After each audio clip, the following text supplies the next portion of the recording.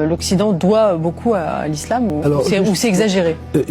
La médecine, les mathématiques, dont l'astronomie faisait alors partie, il n'y avait pas d'astrophysique, la botanique, enfin des quantités de sciences comme ça, étaient dans le monde islamique beaucoup plus développées que dans ce que nous appelons maintenant l'Europe.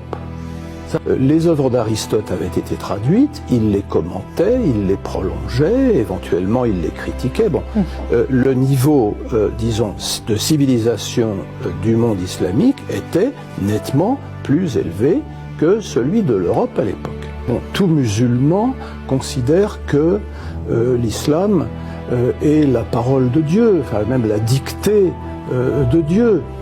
Tout musulman considère que Mahomet, Mohammed, si vous préférez, est le dernier des prophètes, le sceau des prophètes, comme le dit le Coran. Si vous ne croyez pas ça, vous êtes, disons, de culture musulmane. Les gens que nous appelons islamistes, avec une nuance péjorative, se considèrent eux-mêmes comme les vrais musulmans.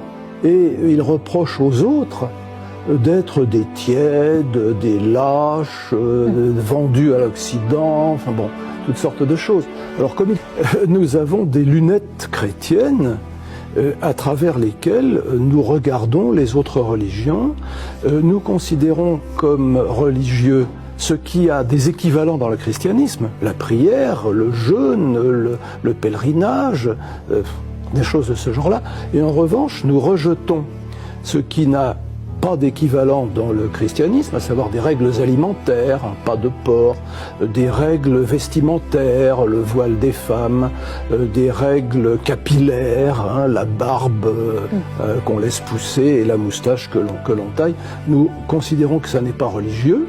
Les hadiths, les récits sur le prophète, étaient dans leur très grande majorité postérieurs à l'époque où on imagine qu'ils auraient été prononcés ou même notés. Le Coran vous explique très bien ce que c'est que le christianisme. C'est des gens qui ont 3 dieux, c'est des gens qui adorent à côté de Dieu Jésus et sa mère, peut-être Marie, peut-être l'Esprit Saint, ça on ne sait pas trop de quoi il s'agit. Et de toute façon, ce sont des gens qui ont raté le coche. Et donc pour l'islam, l'existence de Dieu est une évidence. Il n'y a pas besoin de preuves. Oui. Il n'y a pas besoin de preuves. Il suffit de regarder les beautés de la nature et puis le miracle qui est censé constituer le Coran pour se convaincre que ça ne peut venir que de Dieu.